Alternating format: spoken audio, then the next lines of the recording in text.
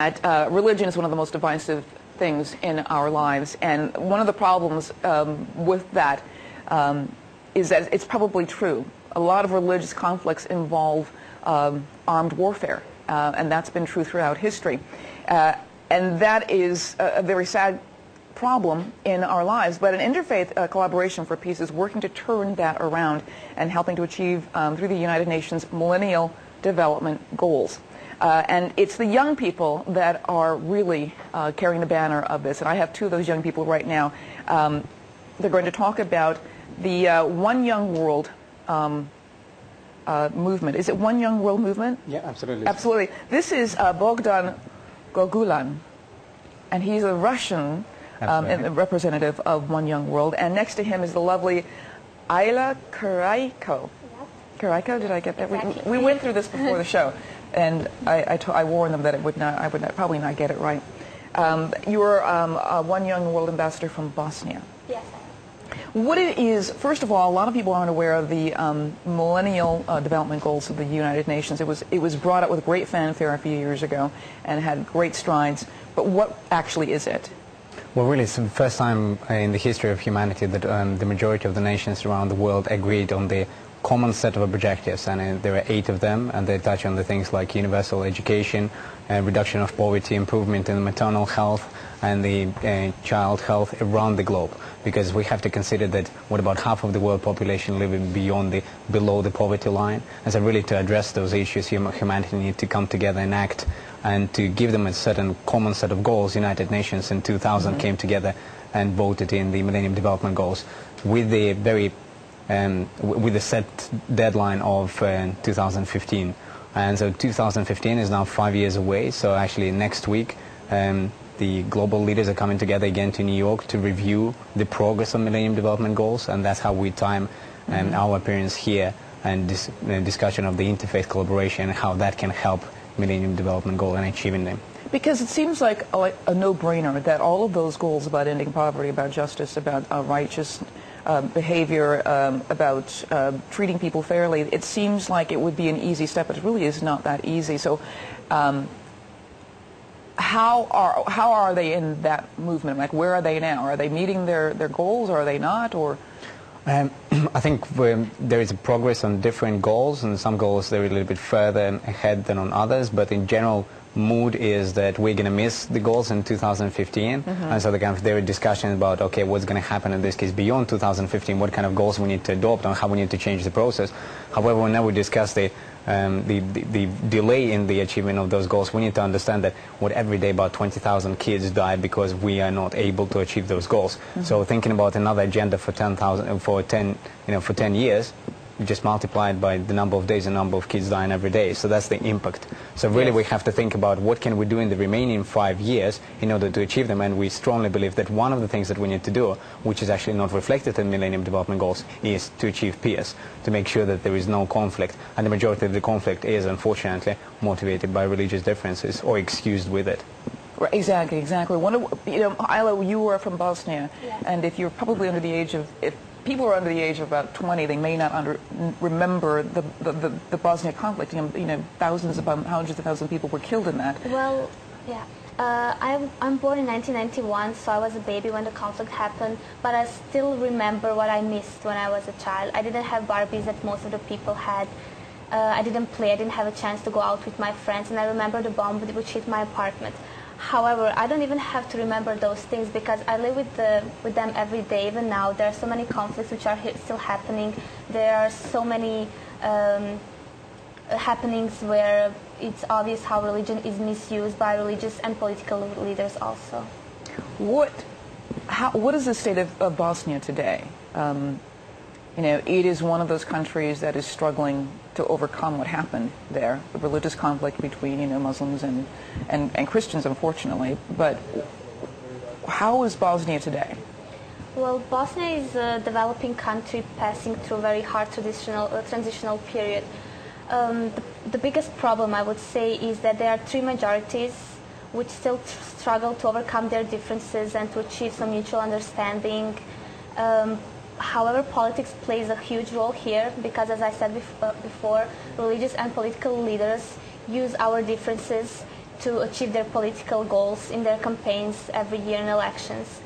There are obviously some examples such as schools divided by a fence, like my school, but there are also things such as a multi-religious chapel in one of the cities in Bosnia and Herzegovina.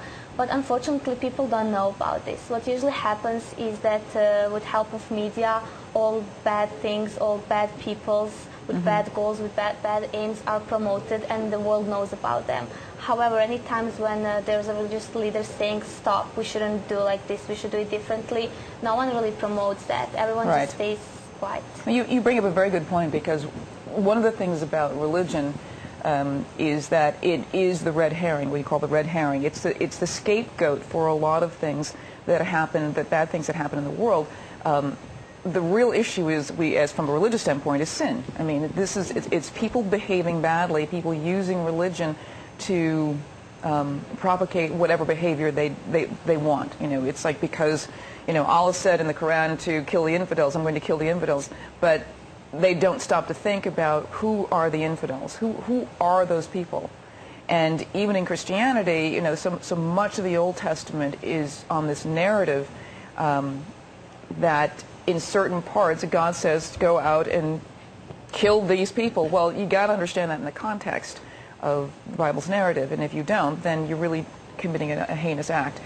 The problem is not religion, it's really people not understanding their own faith. I mean, do you see that as well in interfaith dialogue? It's definitely the case, and you know, as one of the people who signed the online petition for the missing Millennium Development Goal, interfaith collaboration for peace, he noted that, oh look, the problem is not in the religion, but it's in people who follow the religion, and in that context, the people who can really have the authority to say what is right and what is wrong and how it can be interpreted are the religious leaders. So what we think that definitely should happen, and it's in some cases does happen, and we have great examples like, you know, Archbishop Desmond Tutu, what he did in South Africa during the apartheid.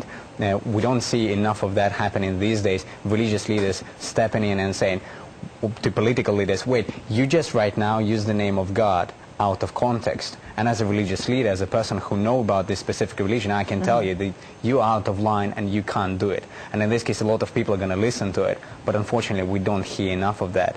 And whenever political leaders bring the religion in, there will lasting effect of it.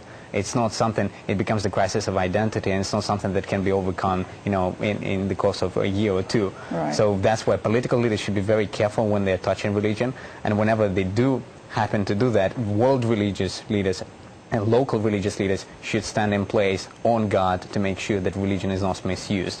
And I think that's probably the main idea behind what One Young World is doing around the Interfaith Collaboration for Peace, and behind the Missing MDG campaign that is running right now and being presented as we speak at the United Nations to General Secretary Ban Ki-moon. And how many young people are part of One Young World? Thousands. So what happens every year, the summit gets around 1,000 of those leaders together from all across the world, and it's one of the summits that has proportional representation. So actually the majority of the candidates come in from the developing world and from the nations affected by poverty and by conflict. So it's really a really well-rounded proportional representation. And then a lot of the people are involved in so-called global consultation process were conducted with the help of YouGov as a UK polling agency to understand what are the top topics on the minds of the young people. So effectively 50% of the world population is under the age of 25. So what did the under 25s think about what are the top 6 topics on their mind and what should be discussed and taken into consideration on the global stage? And what are those top 6 topics? And it is, of course, environment. So it is the role of the business, the role of media, then interfaith collaboration, also the impact of global health and how we can achieve that. When you talk about interfaith conflict or interfaith initiatives, how many faiths are actually represented and in the one young world? Well, what we are trying to do is actually to combine all faiths together in one thing with one same goal. So for us, it doesn't matter the way we worship our God or the God we worship. But what matters for us is that we all want the same thing. We want health for us and our families. We want a nice life without conflicts, without weapons and that.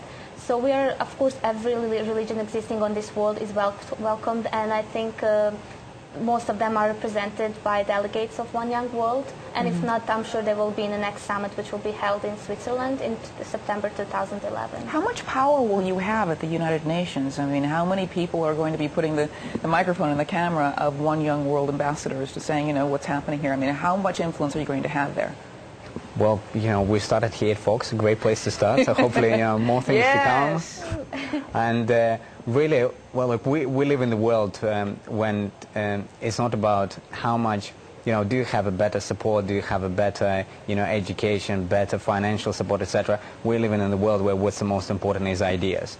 And people like Ban Ki-moon, people like, you know, Turkish President Erdogan and Silva de Lula and the Brazilian president, when they're presenting United Nations Alliance of Civilization in Rio this year, what they were saying is we need to turn to the youth to hear their ideas.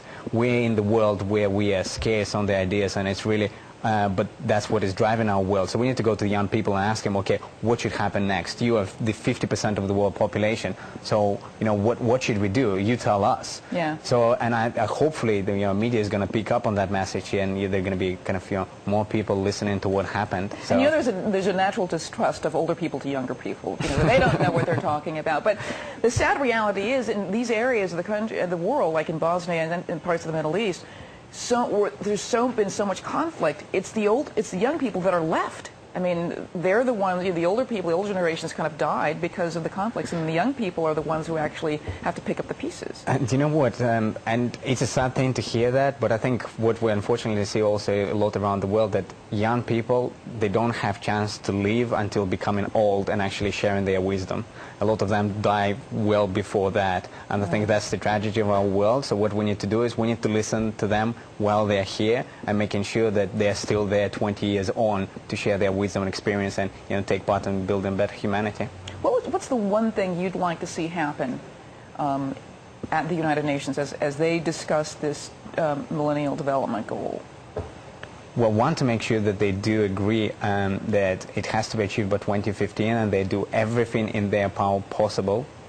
And I think one of the things that is possible in their power is direct more resources to meeting those objectives than to the conflict and dealing with the conflict after that. So if they achieve that in the course of the next week and understand how they can harness the resources, then I think we're going to be a much better place on the next 5 years and for millenniums to come. And sometimes it's a very simple thing, just like providing fresh water wells or something like that. You know, that can be a big issue, and it just it eliminates diseases and everything like that. I mean, it's just really amazing how simple things can really help. I want to thank our guests, and I'm going to actually see if I can pronounce your names again. But Ayla Karayko. Okay, Karayko. And Bogdan, go ahead. Go on. Okay, they're both ambassadors for Young One World. Thank you very much, and wish you luck next week at the United Nations as you tackle this big issue. Thanks a lot. I appreciate it. Thank you.